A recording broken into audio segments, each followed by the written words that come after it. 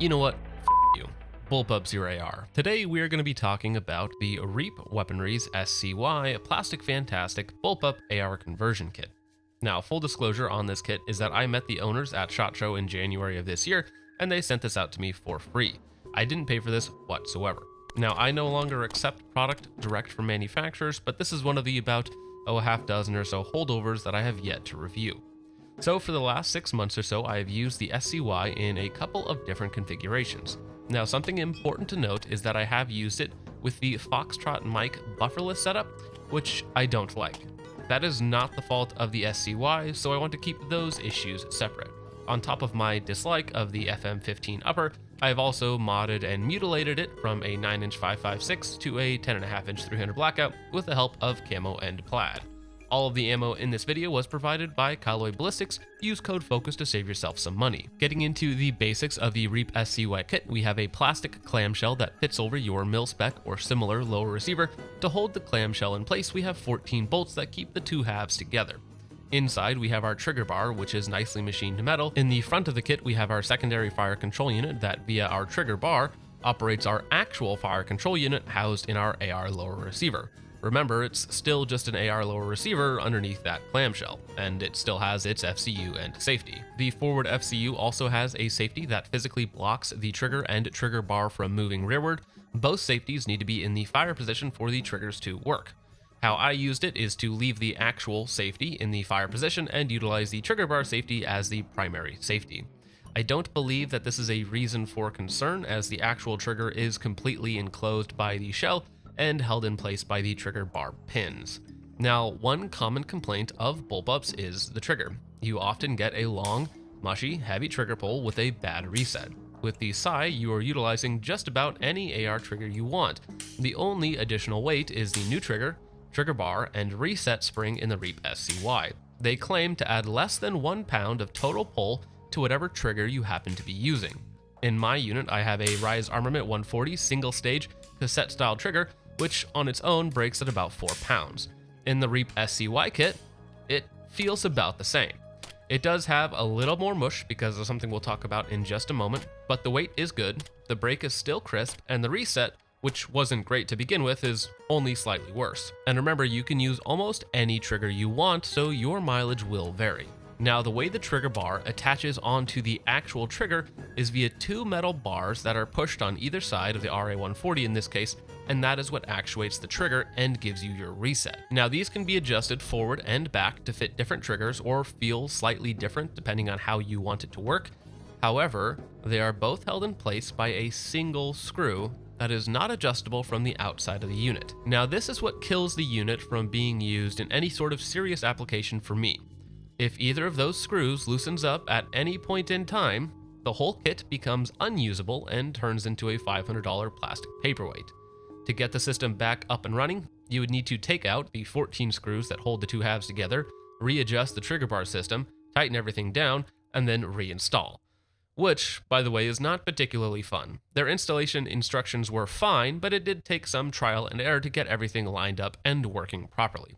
So yeah, the trigger mechanism, which is one of the biggest pros of the system, is also the possible Achilles heel. Now, talking about ergonomics, when used in conjunction with a bufferless upper and the short end plate stock, you have about 13 inches of length of pull. That is pretty short for me, and I'm pretty short to begin with. It definitely works fine for a compact package, but just keep that in mind for all you tactic gumbies out there. It is compatible with just about any AR grip you want, and I would recommend using it with the straightest one you can find, as the distance between the grip and the magwell is pretty tight. Speaking of the magwell, one of the pros of having the plastic shell is that it's designed to double as a magwell, and it's super easy to insert a new mag on empty because you essentially have this giant funnel. Now again, because you are using an AR lower, you must have a left-handed magazine release. The reload process is pretty simple. On bolt lock, grab the mag, press the left-handed mag release, and rip the magazine out. Insert new mag and drop the bolt using the extended bolt catch. Other than being a little cramped, the mag swaps feel good, the safeties works just fine, and everything is easy enough to get to even with my smaller hands. Now, in my super short setups, I was very cramped up front as well. They recommend 11.5-inch systems and longer, and I 100% agree. I think 11.5-inch to 14.5-inch system are going to give you a very usable length and most importantly, enough rail to separate your hands a little bit and to get all your lights and lasers mounted in a usable way, which is a big problem with Bullpups. In my really compact setup, I have a viewer sent in light laser IR laser combo from Votatu. It's basically an Amazon special, and it works way better than it has any right to, and gives me what I need for a shorty system. Now, when talking about optics, they need to be tall. Mounting your face to the upper receiver as a cheek well essentially lowers the optics by a little under an inch, so you need to raise your optics back up to make the system more comfortable to use.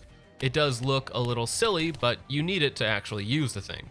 Now, speaking of usability, I would only ever recommend it, in quotation marks, the Reap SCY with a bufferless system. You have the FM15, probably don't use that, the Jackal,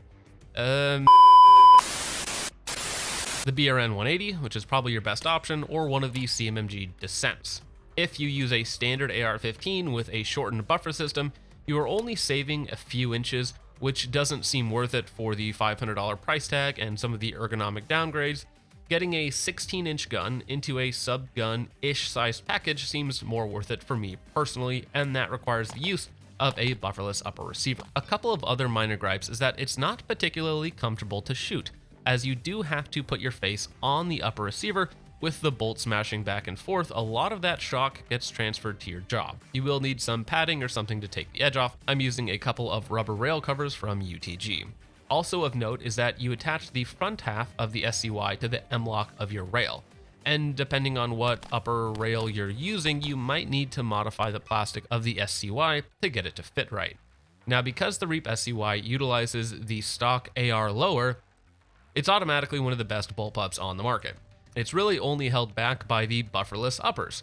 Maybe the BRN 180s or the Descents are the best way to go.